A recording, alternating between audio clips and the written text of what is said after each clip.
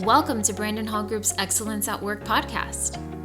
You will hear from industry leaders covering innovative, cutting-edge business, learning, and HR topics that weave current market research and technology into each episode. Our Excellence at Work podcast is hosted by Brandon Hall Group's Chief Operating Officer and Principal HCM Analyst, Rachel Cook. Hi, and this is Rachel Cook with Brandon Hall Group. I'm the COO and the host of our Excellence at Work podcast. Welcome.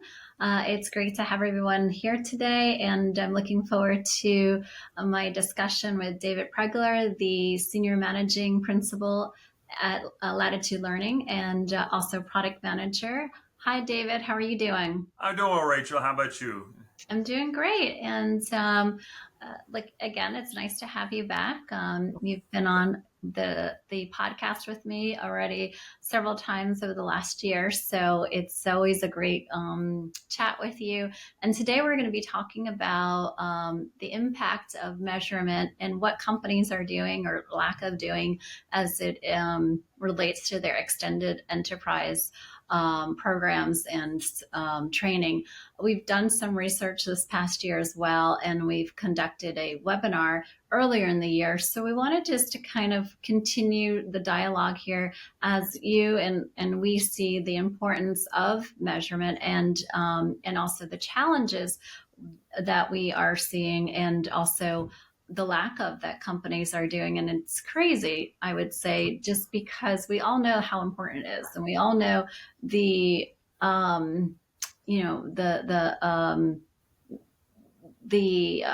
level of so many different factors that can impact the business relationship, that can impact the production. And I'm gonna obviously want to hear from you. So before I talk about everything we're going to cover, just to kind of give you a sense too of some points we saw in our research. We saw that the number of companies that find it necessarily or beneficial to deliver training to external audiences such as customers, channel partners, distributors, resellers, and franchisees, and more in order to grow and to have greater impact. Only 2/3 of organizations deliver learning to at least one of these external or non-employee groups. So that's quite a large amount of organizations that are providing some type of training to this extended enterprise.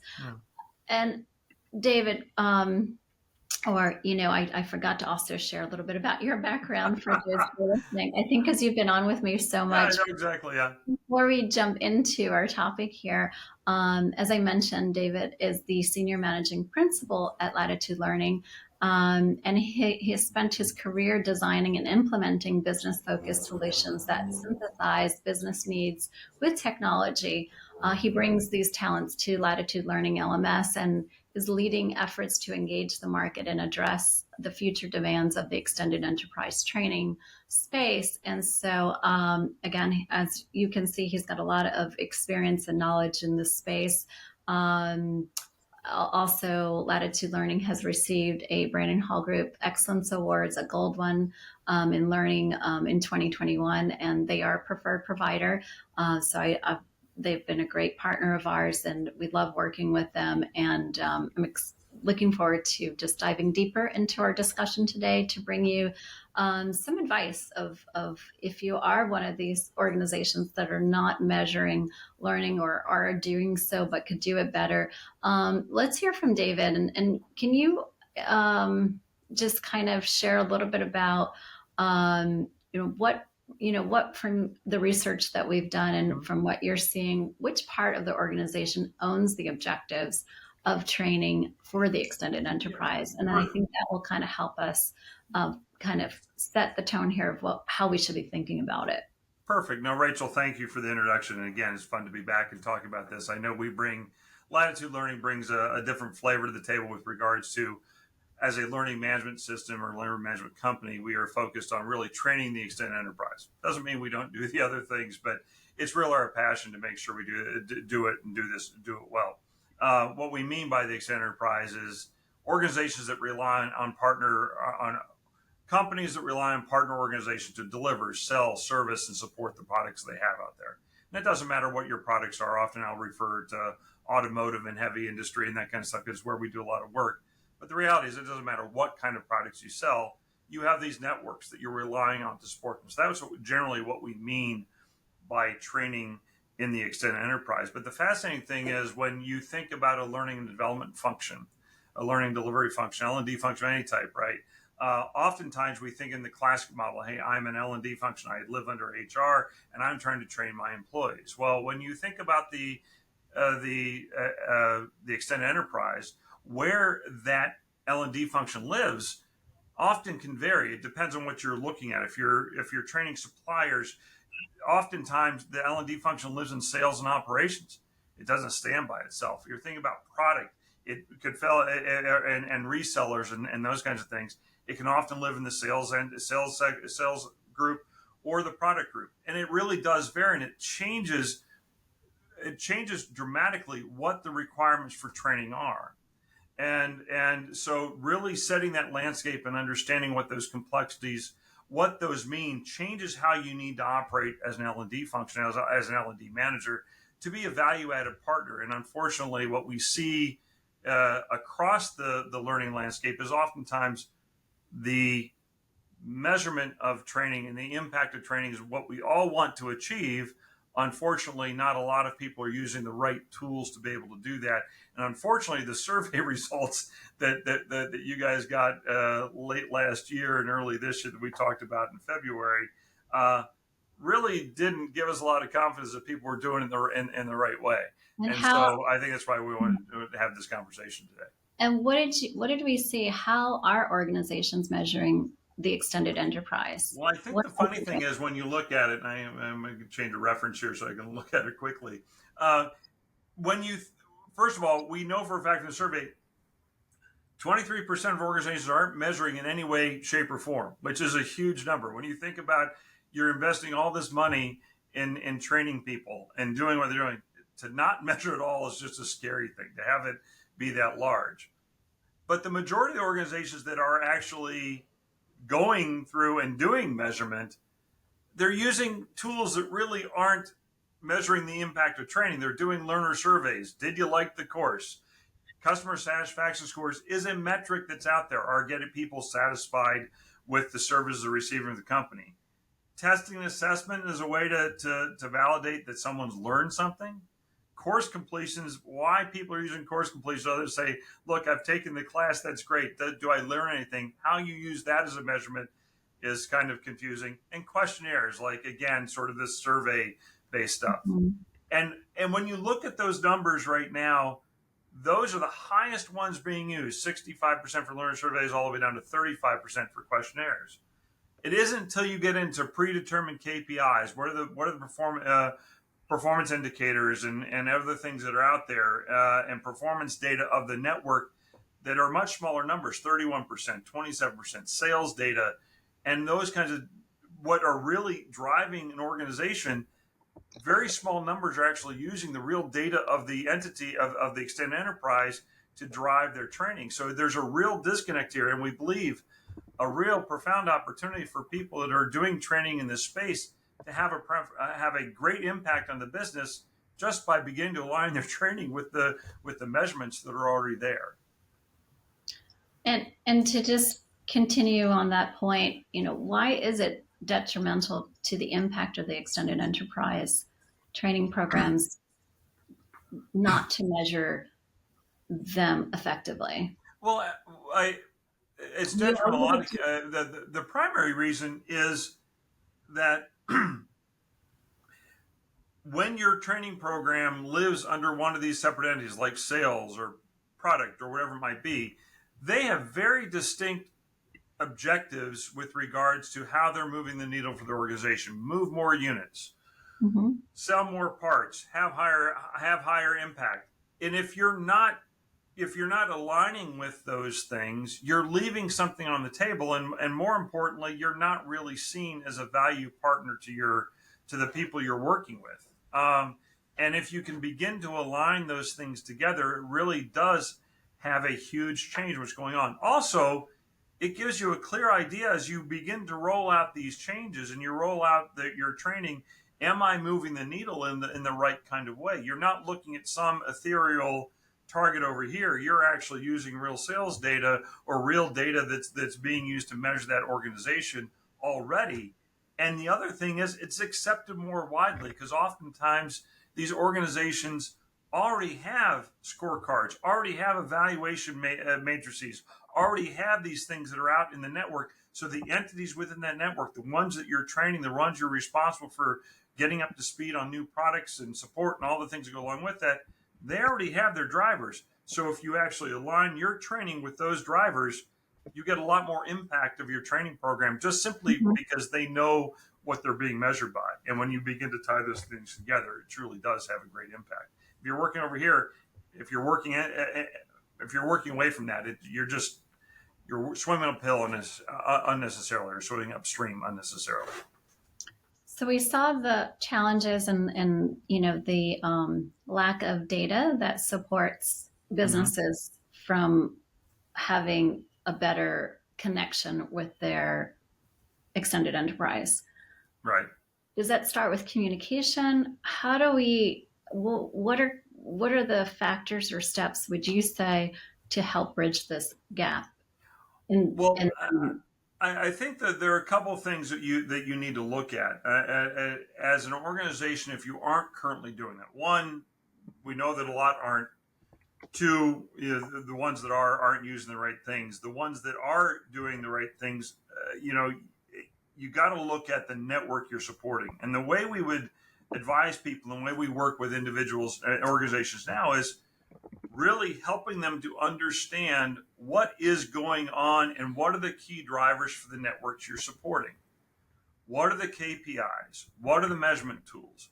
What are the elements that are important to that organization? And then beginning to align your training to those requirements, and even going a step further, bringing those elements actually into your training and measurement overall. So what you end up having is, if I'm going to try to move the needle on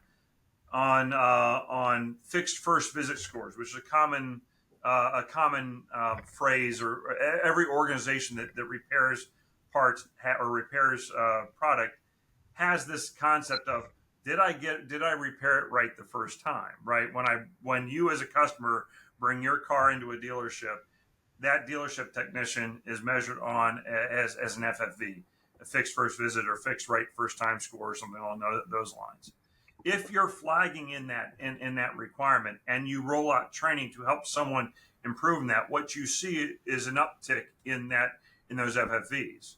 So now you're not just simply saying, let me put a thing out there about repairing something better. You're really emphasizing that it comes out and is part of the training program. And what you're rolling out from a training perspective is actually driving that metric for you. Now, again, one of the problems of doing this on a large scale is the subtleties of improvement are sometimes, smaller than people would like. But the reality is, as you roll these things out, you see a 1 or 2% change in those FFV scores, which directly impacts the bottom line in terms of the lower warranty costs or the number of parts sold or whatever you're trying to measure. And it really is very impactful. So to get started, you have to look at the network the entity you belong under your L&D function operates under. And then from there, what are the key KPIs or what are the drivers they use to measure the performance of the network, and then align the training and then bring those things in and really make them part of the training program, because that alignment with the performance of the network and everything else really does have a huge impact. And it really changes you from being a cost center to being a value-added partner to the person you're working with, the entities you're working with in your company. And how are you collecting this information? Is this done through a combination of focus groups?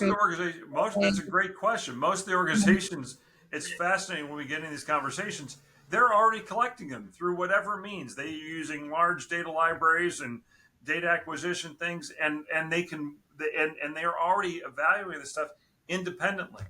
Leadership teams are sitting down like, are we doing the right thing? Are we moving the right number of products? Are we doing the doing those. So it's already the standard big business lexicon for these entities. Mm-hmm. It's not usually tough to go find them. What is tough is marrying them with your training program and making sure you're aligning them together.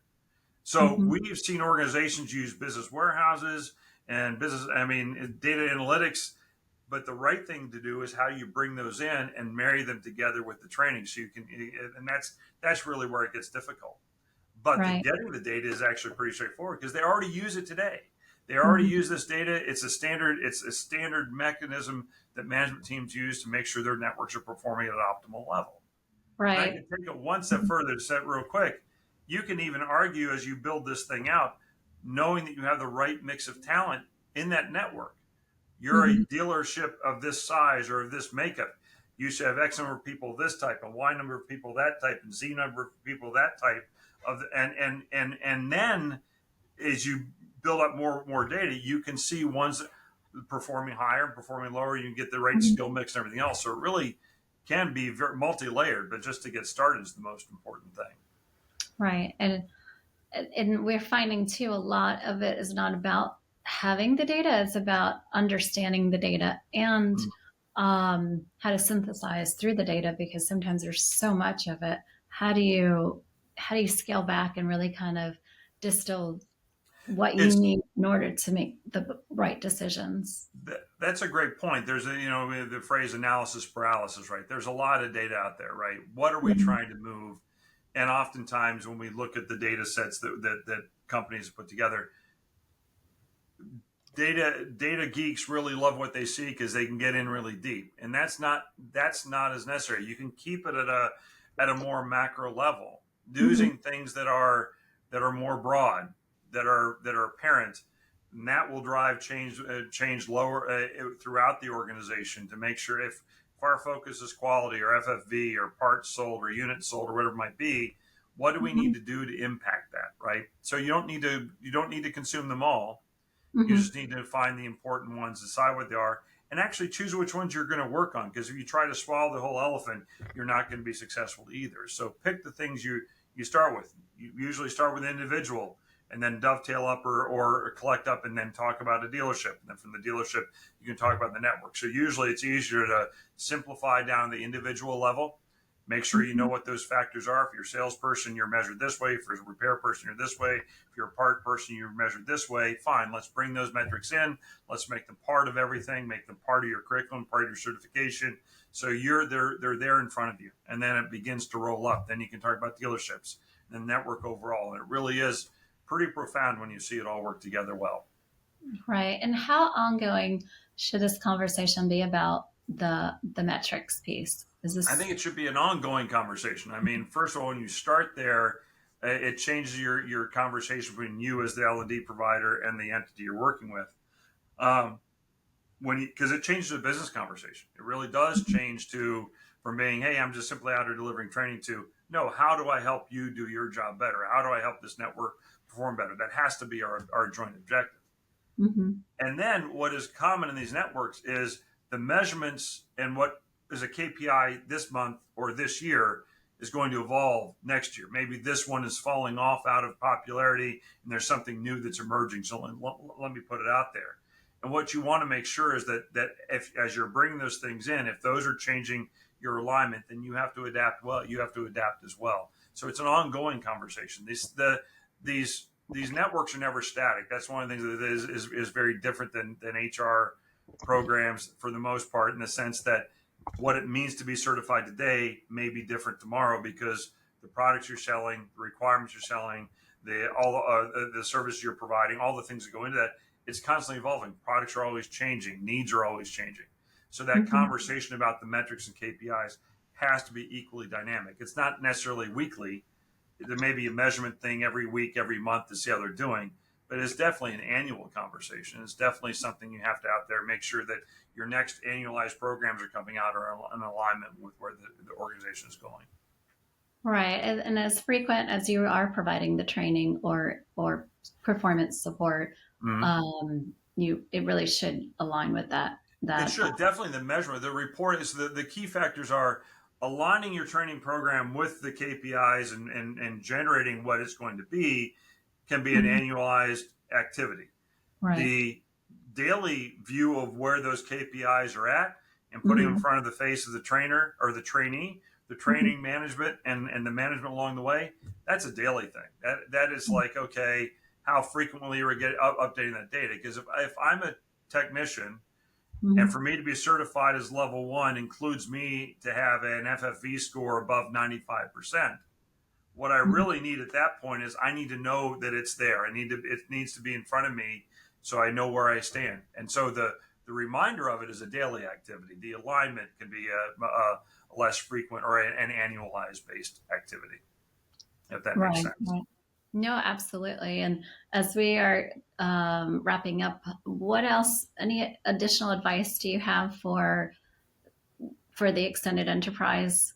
I think it's vitally important. Yeah, I appreciate the opportunity. I think it's vitally important that what we've seen out there, and I've used the phrase probably a couple of times during this podcast, is that when we see organizations doing this and doing it well, that the training, the L&D leadership becomes a value-added partner to the entity. And then it's not an after-the-fact train on this thing. It's now let's bring them to the table early on and prepare. You have to get started at some point. We really don't. We really believe that using these non-impactful measurement tools really is setting people backwards. You want to make sure that you begin to align yourself from business perspective. Start small, bring those things in, and start it. Pick one little area and start there. And when you see the benefits of it, you can expand to the next one and the next one and the next one. You don't have to swallow the elephant whole, to use a phrase. It's a good way to wrap up today. Thank you, David, and enjoy the rest of your week and also the kickoff of your summer here. Sounds like you're starting to experience some nice weather, so enjoy. Well, Rachel, thank you very much. A lot of fun. Yes, we're in Michigan, not Florida, so therefore our summer is just starting here. So enjoying some golf and some other things. So thank you again for your time. Look forward to the next time we get to chat. Take care. Bye. Bye-bye.